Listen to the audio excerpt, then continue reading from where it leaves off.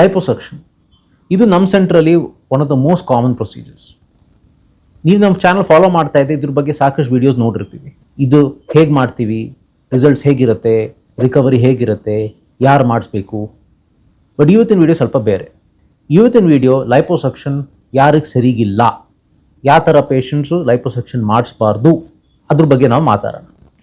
ಯಾಕೆಂದರೆ ಇಷ್ಟೊಂದು ವರ್ಷ ಪ್ಲಾಸ್ಟಿಕ್ ಸರ್ಜರಿ ಮಾಡಿದ್ಮೇಲೆ ಸುಮಾರು ಸಲ ಯಾರಿಗೆ ರಿಸಲ್ಟ್ ಸರಿಗೆ ಸಿಕ್ಕಲ್ವೋ ಅದರಲ್ಲಿ ಸರ್ಜರಿ ಏನು ತಪ್ಪಾಗಿರಲ್ಲ, ಕರೆಕ್ಟಾಗಿ ಆಗಿರುತ್ತೆ, ಏನು ಕಾಂಪ್ಲಿಕೇಶನ್ಸ್ ಆಗಿರಲ್ಲ. ಬಟ್ ಈ ಪೇಷಂಟ್ಸ್ ಲೈಪೋಸಕ್ಷನ್ಗೆ ಸೂಟೇ ಆಗ್ತಾ ಇರಲಿಲ್ಲ, ಅವ್ರ ಮೇಲೆ ಲೈಪೋಸಕ್ಷನ್ ಮಾಡಲೇಬಾರ್ದಿತ್ತು. ಸೊ ನಿಮ್ಗೆ ಆ ಥರ ಆಗದೆ ಇರಲಿ ಅಂತ ನಾನು doctor Aniket Venkatram, Venkat centre for aesthetic health, Bangalore, ಇವತ್ತು ಈ ಟಾಪಿಕ್ ಮೇಲೆ ಮಾತಾಡ್ತೀನಿ.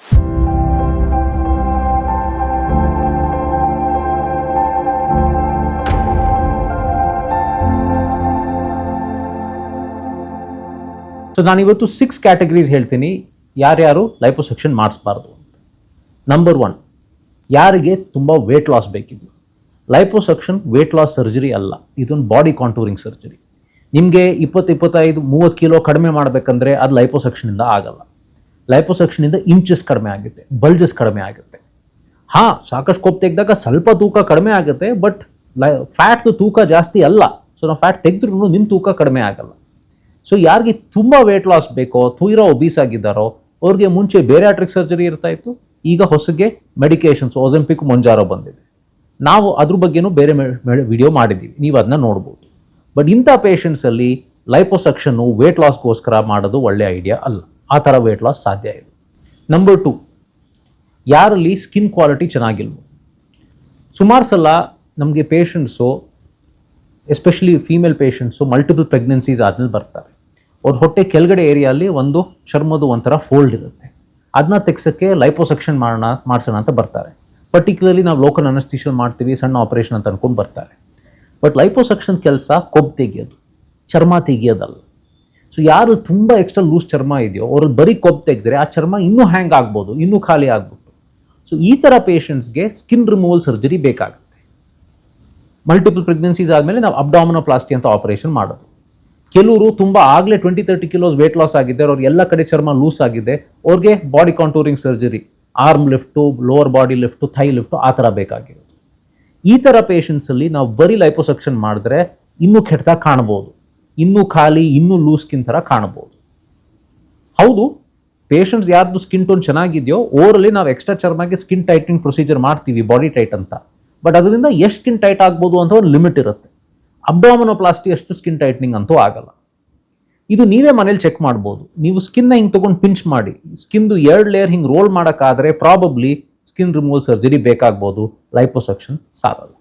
ನಂಬರ್ 3, ಯಾರಲ್ಲಿ ಅನ್ಕಂಟ್ರೋಲ್ಡ್ ಮೆಡಿಕಲ್ ಕಂಡೀಷನ್ಸ್ ಇದೆಯೋ. ನಿಮ್ದಲ್ಲಿ ಅನ್ಕಂಟ್ರೋಲ್ಡ್ ಶುಗರ್ ಇದ್ದರೆ, ಅನ್ಕಂಟ್ರೋಲ್ಡ್ ಹಾರ್ಟ್ ಡಿಸೀಸ್ ಇದ್ದರೆ, ಅನೀಮಿಯಾ ಇದ್ದರೆ ಈ ಸರ್ಜರಿ ಮಾಡಬಾರ್ದು. ಅಟ್ಲೀಸ್ಟ್ ಅದೆಲ್ಲ ಕರೆಕ್ಟ್ ಆಗತ್ತಂಕ. ಲೈಪೋಸಕ್ಷನ್ ತುಂಬ ಸೇಫ್ ಸರ್ಜರಿ, ಬಟ್ ಇದು ಸೇಫ್ ಮ್ಯಾನರಲ್ಲಿ ಮಾಡಿದ್ದಾಗ ಸರ್ಜರಿನೂ ಸೇಫ್ ಆಗೋದು. ಸೇಫ್ಟಿಲಿ ನಾವು ಪೇಷಂಟ್ನ ಯಾವಾಗಲೂ ಚೆಕ್ ಮಾಡ್ತೀವಿ, ಇದೆಲ್ಲ ಕಂಡೀಷನ್ಸ್ ನಾರ್ಮಲ್ ಇದೆಯೋ ಇಲ್ವೋ ಅಂತ. ಇದು ನಾರ್ಮಲ್ ಇಲ್ಲದೆ ಹೋದರೆ ಆವಾಗ ಸರ್ಜರಿ ಟೈಮಲ್ಲಿ ಕಾಂಪ್ಲಿಕೇಶನ್ಸ್ ಆಗೋ ಚಾನ್ಸ್ ಜಾಸ್ತಿ. ಸೊ ನಮ್ಮ ಪೇಷಂಟ್ಸ್ ಹೇಳ್ತಾರೆ, ಡಾಕ್ಟ್ರೇ ಎಷ್ಟು ಕಷ್ಟಪಟ್ಟು ಬಂದಿದ್ದೀವಿ, ಏನಾಗುತ್ತೆ, ಸ್ವಲ್ಪ ಅನೀಮಿಯಾ ಇದ್ದರೆ ಪರವಾಗಿಲ್ಲ ಮಾಡಿ. ಇಲ್ಲ, ಆ ಥರ ನಡೆಯಲ್ಲ. ನಾವು ಯಾವುದೇ ರಿಸ್ಕ್ ತೊಗೊಂಡು ಇದು ಆಪರೇಷನ್ ಮಾಡಲ್ಲ. ಇದೊಂದು ಕಾಸ್ಮೆಟಿಕ್ ಪ್ರೊಸೀಜರು, ಇದು ಯಾವುದೇ ರಿಸ್ಕ್ ತೊಗೊಂಡು ಮಾಡೋದಂತ ಆಪರೇಷನ್ ಅಲ್ಲ. ಸೊ ಈ ಥರ ಪೇಷಂಟ್ಸ್ಲಿ ನಾವು ಯಾವಾಗಲೂ ಅದೇನು ಅಂಡರ್ಲೈನ್ ಕಂಡೀಷನ್ ಇದೆಯೋ, ಶುಗರ್ ಜಾಸ್ತಿ ಇದ್ದರೆ ಶುಗರ್ನ ಕಂಟ್ರೋಲ್ ಮಾಡೋದು, BP ಜಾಸ್ತಿ ಇದ್ದರೆ BP ನ ಕಂಟ್ರೋಲ್ ಮಾಡೋದು, ಥೈರಾಯ್ಡ್ ಅನ್ಕಂಟ್ರೋಲ್ಡ್ ಇದೆ ಅದು ಕಂಟ್ರೋಲ್ ಮಾಡೋದು, ಅದು ಕಂಟ್ರೋಲಲ್ಲಿ ತಂದುಬಿಟ್ಟು ಆಮೇಲೆ ಆಪರೇಷನ್ ಮಾಡೋದು.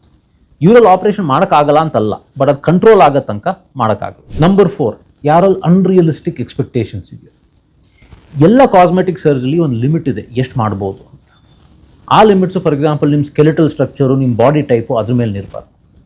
ಈಗ ಯಾರ್ದೋ ಸ್ವಲ್ಪ ಸ್ಕೆಲೆಟಲ್ ಫ್ರೇಮ್ವರ್ಕ್ ದೊಡ್ಡದಿದ್ದಾಗ ನಾವು ಬಂದ್ಬಿಟ್ಟು ಯಾವುದೋ ಮಾಡೆಲ್ದು ಥಿನ್ ಪರ್ಸನ್ದು ಫೋಟೋ ತಂದ್ಬಿಟ್ಟು ನಾವು ಈ ಥರ ಮಾಡಿ ಅಂದರೆ ಅದು ಸಾಧ್ಯ ಇಲ್ಲ. Any cosmetic surgery realistic expectations ಇರಬೇಕು.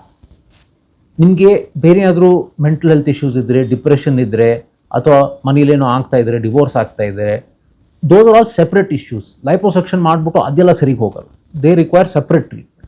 ಸೊ ನಾವು ಯಾವಾಗಲೂ ಪೇಷಂಟ್ನ ನೋಡ್ತೀವಿ ಆ್ಯಂಡ್ ಯಾರು ಇದ್ರ ಫಿಟ್ ಆಗ್ತಾರೋ ಅವರಲ್ಲೇ ಈ ಸರ್ಜರಿ ಮಾಡ್ತೀವಿ. ರಿಮೆಂಬರ್, ಆಪರೇಷನ್ ಆದಮೇಲೆ ನಂಗೆ ರಿಸಲ್ಟ್ ಚೆನ್ನಾಗಿ ಬಂದಿದೆ ಅಂತ ಅಂದ್ಬಿಟ್ಟು ಅನ್ಸಿದ್ರೆ ಅದ್ರಲ್ಲಿ ಏನೂ ಅರ್ಥ ಇಲ್ಲ. ನೀವು ಖುಷಿ ಆಗಬೇಕು, ಅವಾಗಲೇ ಸರ್ಜರಿ ಮಾಡೋದ್ರಲ್ಲಿ ಅರ್ಥ ಇರೋದು. ನಂಬರ್ 5, ಸ್ಮೋಕರ್ಸ್ ಮತ್ತು ಅನ್ಹೆಲ್ತಿ ಲೈಫ್ ಸ್ಟೈಲ್ ಇರೋರು. ರಿಮೆಂಬರ್, ಈ ಆಪರೇಷನಿಂದ ನಿಮ್ಮ ಬಾಡಿ ಹೇಗೆ ಕೆಲಸ ಮಾಡ್ತಾ ಇದೆ ಅದು ಚೇಂಜ್ ಆಗ್ತಾ ಇಲ್ಲ. ನಾವು ಎಕ್ಸ್ಟ್ರಾ ಕೊಬ್ಬು ತೆಗಿತಾ ಇದ್ದೀವಿ. ನೀವು ಅದನ್ನ ಡಯಟ್ ಮತ್ತು ನ್ಯೂಟ್ರಿಷನಿಂದ ಮೇಂಟೈನ್ ಮಾಡಬೇಕು. ಇಲ್ಲದೋದ್ರೆ ಆ ಕೊಬ್ಬು ವಾಪಸ್ ಬರುತ್ತೆ.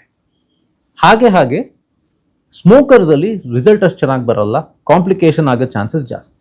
ಸೊ ನಾವು ಪೇಷಂಟ್ಸ್ ಯಾವಾಗಲೂ ಹೇಳ್ತೀವಿ, ಈ ಆಪರೇಷನ್ಗಿಂತ ಮುಂಚೆ ನೀವು 3 ವಾರ ಸ್ಮೋಕಿಂಗ್ ನಿಲ್ಲಿಸಬೇಕು. ಆಪರೇಷನ್ ಆದಮೇಲೆ 3 ತಿಂಗಳು ಸ್ಮೋಕಿಂಗ್ ನಿಲ್ಲಿಸಬೇಕು. ಈಗ 3 ತಿಂಗಳು ನಿಲ್ಲಿಸಿದ ಮೇಲೆ ಇಡೀ ಲೈಫ್ಗೆ ನಿಲ್ಲಿಸ್ಬೋದಲ್ವಾ? ಸ್ಮೋಕಿಂಗ್ ನಿಲ್ಲಿಸೋಕ್ಕೆ ಬೇರೆ ಎಷ್ಟೊಂದು ಒಳ್ಳೆ ಕಾರಣಗಳಿದೆ. ಸೊ ನಾವು ಯಾವಾಗಲೂ ಈ ಲೈಫ್ ಸ್ಟೈಲ್ ಅಡ್ವೈಸನ್ನು ಕೊಡ್ತೀವಿ. ಸ್ಮೋಕಿಂಗ್ ನಿಲ್ಲಿಸಬೇಕು, ಡಯಟು ಮತ್ತು ಎಕ್ಸಸೈಸನ್ನು ನೀವು ನೋಡ್ಕೋಬೇಕು. ಆವಾಗಲೇ ನಿಮಗೆ ಬೆಸ್ಟ್ ರಿಸಲ್ಟ್ ಸಿಗೋದು. ನಂಬರ್ 6, ಬ್ಯಾಡ್ ಟೈಮಿಂಗ್. ಪೇಷಂಟ್ ಬಂದು ಕೇಳ್ತಾರೆ, ಡಾಕ್ಟರ್ ನಮ್ಮ ಮದುವೆ 2 ವಾರದಲ್ಲಿದೆ, ನಾವು ಮದುವೆ ದಿವಸ ಚೆನ್ನಾಗಿ ಕಾಣಬೇಕು, ಅದು ಸ್ವಲ್ಪ ಲೈಪೋಸಕ್ಷನ್ ಮಾಡಿಕೊಟ್ಬಿಡಿ, ಡ್ರೆಸ್ ಚೆನ್ನಾಗಿ ಫಿಟ್ ಆಗುತ್ತೆ. ಇಲ್ಲ, ಲೈಪೋಸಕ್ಷನ್ ಆ ಥರ ಸ್ಟ್ರೆಸ್ಸಲ್ಲಿ ಮಾಡಬಾರ್ದು. ಲೈಪೋಸಕ್ಷನು ಒಂದು ಸರ್ಜರಿಲಿ ಬರೀ ಅವತ್ತಿನ ದಿವಸ ಮಾಡೋದು ಕೆಲಸ ಅಲ್ಲ. ಸರ್ಜರಿ ಆದಮೇಲೆ ರಿಕವರಿನೂ ಇರುತ್ತೆ. ಆ ರಿಕವರಿನೂ ಸರಿಯಾಗಿ ಮಾಡೋದು ಮುಖ್ಯ. ಆವಾಗಲೇ ನಿಮ್ಗೆ ರಿಸಲ್ಟ್ ಸಿಗೋದು. ಸೊ ನಿಮಗೆ ಸರ್ಜರಿನ ರಿಕವರ್ ಮಾಡೋಕ್ಕೆ ಟೈಮ್ ಇಲ್ಲದೆ ಹೋದರೆ ಸರ್ಜರಿ ಮಾಡೋಕ್ಕೆ ಹೋಗಲೇಬೇಡಿ. ಲೈಪೋಸಕ್ಷನ್ಗೆ at least 1 month, preferably 6 weeks before ನೀವು ಮೇಜರ್ ಇವೆಂಟ್ ಮಾಡಬೇಕು. ಆವಾಗ ನಿಮಗೆ ರಿಕವರ್ ಆಗಿಬಿಟ್ಟು ಎಲ್ಲ ಸರಿಯಾಗಿ ಹೋಗುತ್ತೆ. ಈ ಥರ ಸ್ಟ್ರೈನಲ್ಲಿ ಮಾಡೋದು ಒಳ್ಳೆಯ ಐಡಿಯಾ ಅಲ್ಲ. ಅದರಿಂದ ಆ ಸರ್ಜರಿದೂ ಸ್ಟ್ರೈನ್ ಆಗುತ್ತೆ, ನಿಮ್ಮ ಫಂಕ್ಷನ್ದೂ ಸ್ಟ್ರೈನ್ ಆಗುತ್ತೆ.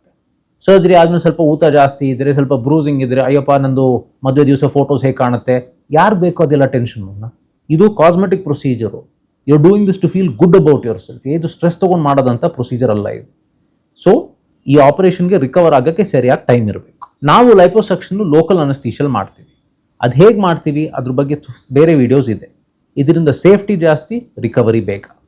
ಈಗ ನೀವು ಸ್ವಲ್ಪ ನಮ್ಮ ಲೈಪೋಸಕ್ಷನ್ದು ರಿಸಲ್ಟ್ಸು ನೋಡ್ಬೋದು.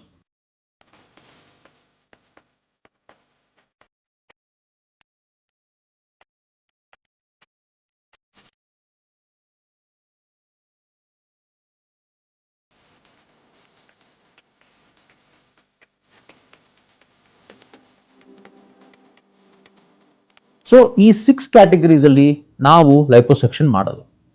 ಇದ್ರಲ್ಲಿ ಸುಮಾರು ಕ್ಯಾಟಗರಿ ನೋಡಿರ್ತೀವಿ. ಯಾವ ದಿವಸನೂ ಲೈಪೋಸಕ್ಷನ್ ಮಾಡೋಕ್ಕಾಗಲ್ಲ ಅಂತಲ್ಲ. ಏನೋ ಕಂಟ್ರೋಲ್ ಮಾಡಿಬಿಟ್ಟು, ಏನೋ ಸರಿಗೆ ಮಾಡಿಬಿಟ್ಟು ಆಮೇಲೆ ಮಾಡ್ಬೋದು. ನಿಮಗೆ ಲೈಪೋಸಕ್ಷನ್ ಸೂಟ್ ಆಗುತ್ತೋ ಇಲ್ವೋ ಅಂತ ಗೊತ್ತಾಗಬೇಕಂದ್ರೆ ನಮ್ಮನ್ನ ಕಾಂಟ್ಯಾಕ್ಟ್ ಮಾಡಿ. ಏನು ಕ್ವಶನ್ಸ್ ಇದ್ದರೆ ಕೇಳಿ ಕಾಮೆಂಟ್ಸಲ್ಲಿ. ಲೈಕ್ ಮಾಡಿ, ಶೇರ್ ಮಾಡಿ, ಸಬ್ಸ್ಕ್ರೈಬ್ ಮಾಡಿ. ನಮಸ್ತೆ.